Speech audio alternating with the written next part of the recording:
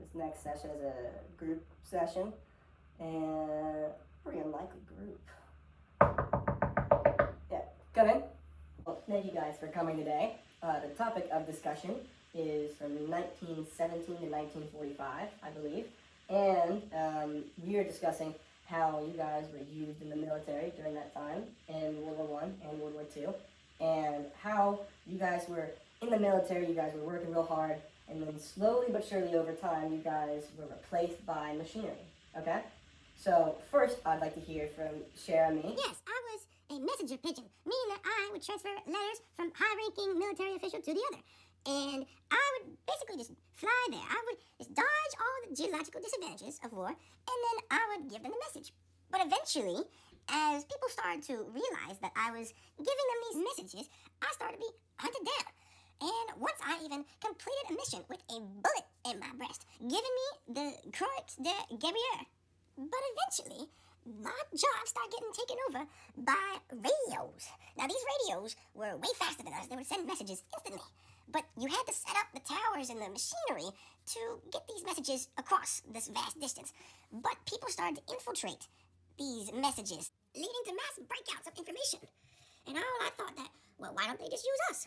Why even carry a letter saying who won the Olympics, which is a very, very tall order? Jeremy. Now I'd like to talk to you, Chip. Yes, sir. Back in my day, we had the Canine Corps, which I think is still around today. We got trained up and then we got sent out to combat. And I took down a whole machine gun nest all by myself, and I got a Silver Star for that and a Purple Heart, too. But those machines started taking over my jobs. Well, it was also the warfare in general that was getting changed. We went from guerrilla tactics that were where you had your own buds go up and attack some people. But now it's just an open battlefield, they say. And it's just a bunch of tanks firing at other tanks. And they can't really enjoy the liberties that we brought, I could interpret the battlefield and apply some flexibility, to my orders. Because the battlefield is a very chaotic space and maybe things change. But these machines that are replacing me, these machines can only do what you tell them to do. So if you say fire, they fire. Whatever you say goes. And with that, there could be a lot of things that could be lost. Thank you very much, Chip, for sharing that. Now we have Sergeant Stubby. Now, Sergeant Stubby, I have heard that you had a lot of stuff going on in World War I. Could you tell the group what you did with the military and how you contributed to how we did things on the battlefield? Yes, I did do a lot. I saved many soldiers back in those trenches. Those trenches were very deep. I also sniffed out gas attacks that were happening before the soldiers even knew, letting them know that they could get on their gas masks.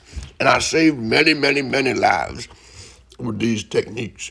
But eventually, I got phased out, as did the rest of us.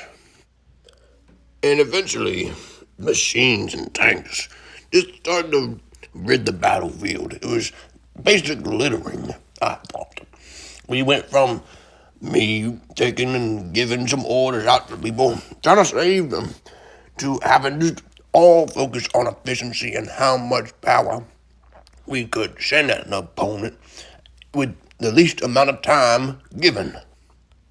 Although we did have some of our brethren going to go take on Osama bin Laden, which I feel is a very good testament of why we are still useful, because we could be in secret task forces and supply some great help.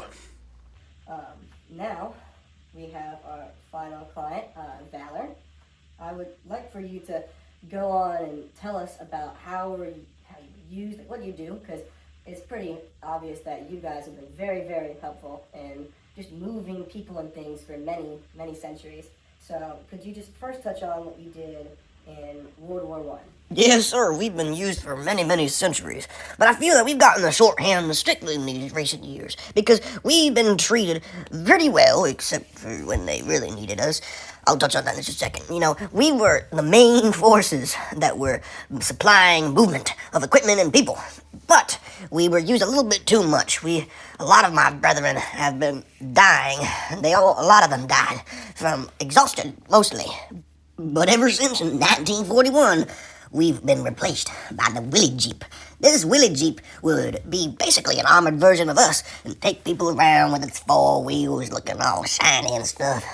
And they didn't need the kind of things that we needed. All they need is oil, and they could be easily repaired on the battlefield. And honestly, they were very, very fast. But eventually, as time went on, this Jurassic shift would start to eat at these people's behind. Because when we went into Afghanistan, we were called back. They needed us again because of the landscape. This landscape was very, very harsh, and machines couldn't operate in it, so we got our jobs back. But other than these very rare occurrences, we've basically been phased out completely. Well, thank you guys very much for being here. I think I'm at like the bottom of my notes. So, in summary, I feel we've all learned that during this time of war, like the world wars of 1917 to 1945, you guys have been used in communication, you guys have been used in tactical support, and also you guys have been used in transportation. And there's a very clear shift that we started where you guys are being used a lot, your towns are being used to their fullest extent, and now machines have kind of taken over. And we just have to sit with that fact that they have taken over.